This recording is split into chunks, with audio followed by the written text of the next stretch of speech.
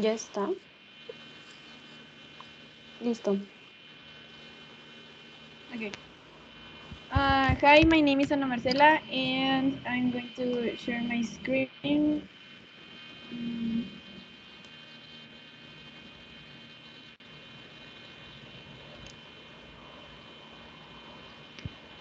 Bueno, recortamos esta parte, porque ahí está.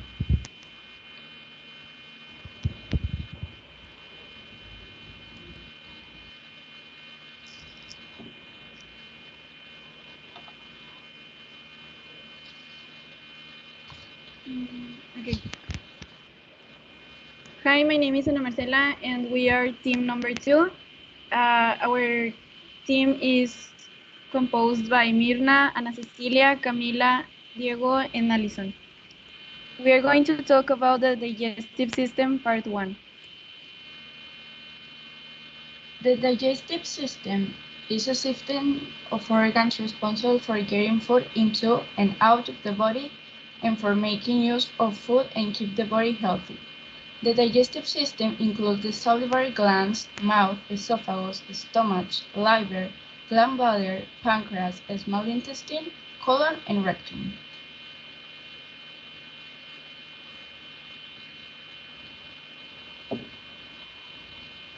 There are two types of digestion. Physical digestion is when food is broken into smaller and smaller pieces, and chemical digestions refer to the process that produces the breakdown of molecules containing food in order to transform them into simpler ones.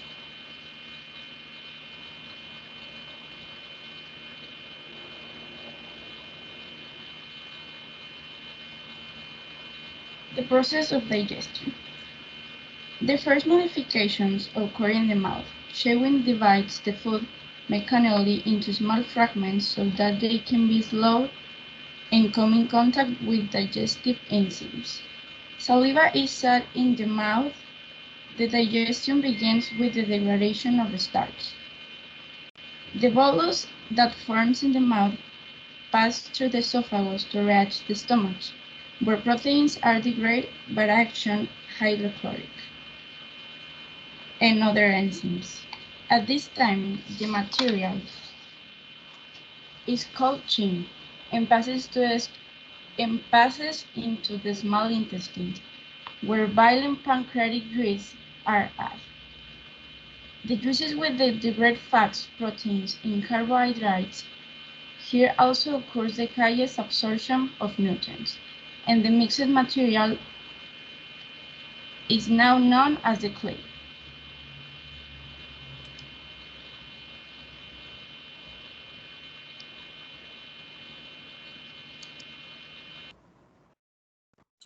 In the phases of digestion, can we go back 2 slides, please?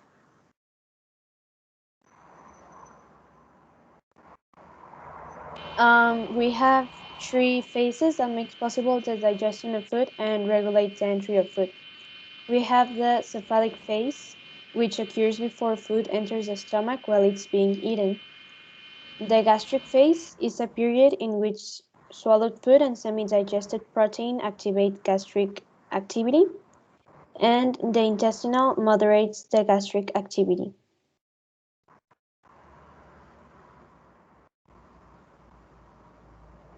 We have an image which shows the 3 phases and their different things that helps us digest the food.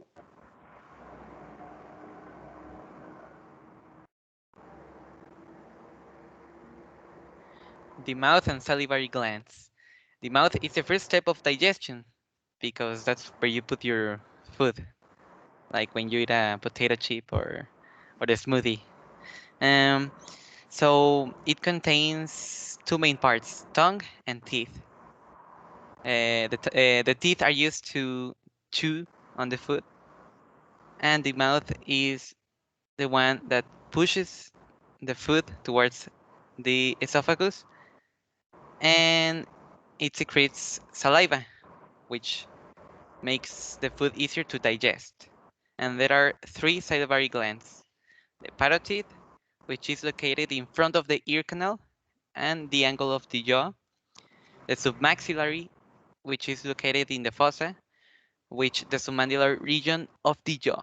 The sublingual, which is located below the floor of the tongue. Next one, please. There we have an image, so it can be a little bit easier to understand. Next one, please. Okay. The pharynx is a muscular structure that communicates the mouth with the esophagus and the nasal cavity with the larynx. This is where the interaction of the digestive and respiratory system occurs.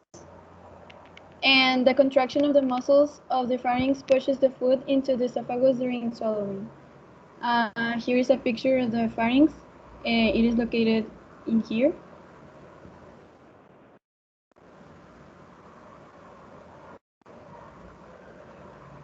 The esophagus is a tube that connects the mouth with the stomach, and it's where food passes through.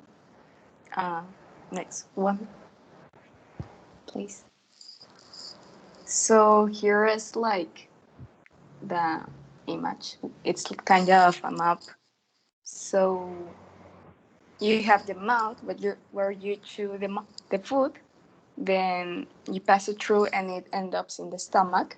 Can you go to the next slide, please? Yes.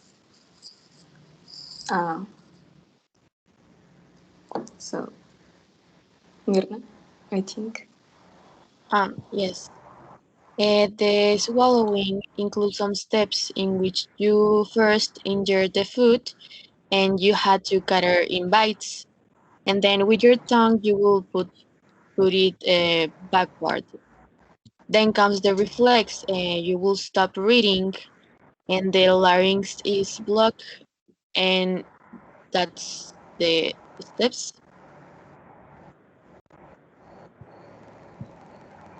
Can you run next, please?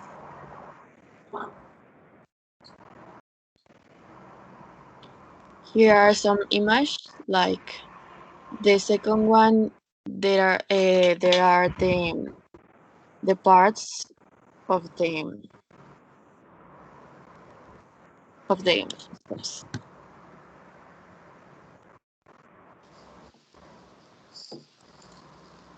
So once you swallow it, it goes through the esophagus and it ends up in the stomach.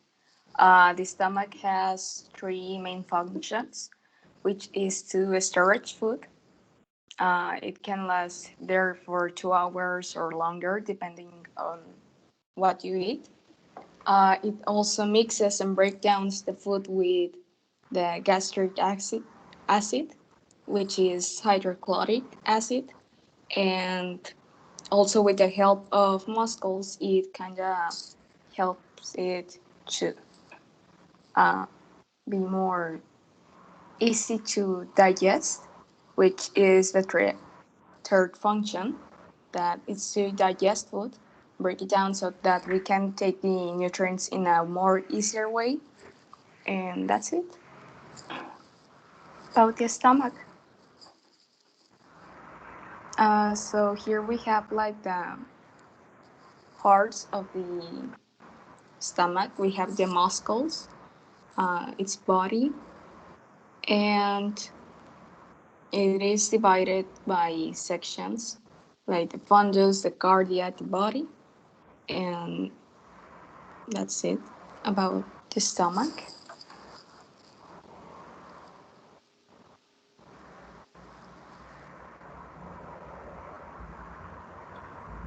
The liver is the largest solid organ in the body, and it's divided in four lobes.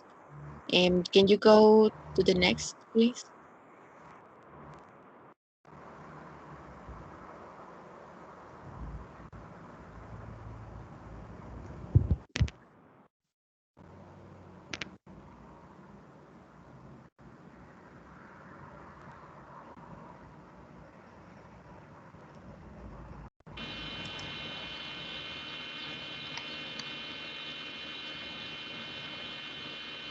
The gallbladder is a small pouch that sits just under the liver.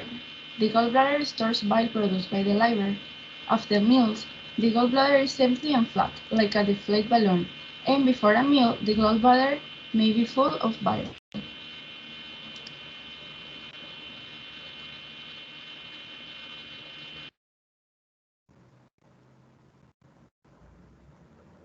The pancreas. The pancreas is an organ located behind the stomach. It is an exocrine and endocrine organ. The exocrine part of the pancreas, it secretes enzymes necessary for the digestion of proteins, starches, and fats. The endocrine pancreas is made up of cells called Langerhans, which are in charge of the preparation and the secretion of insulin and glucagon, which the insulin is and the glucagon are used to digest sugars, which the red cells consume. Next one, please.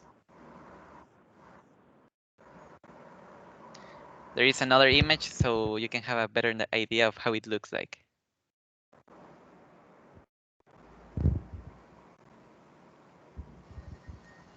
Gastritis is an inflammation of the gastric wall and can take two different forms, which are the acute gastritis, which is a sudden inflammation of the stomach lining that is caused by the ingestion of alcohol, medications, the presence of viruses, bacteria, or chemicals. And we have the chronic gastritis, which is a primary disease and is the inflammation of the lining on the inside of the stomach, which suggests the presence of some other disease.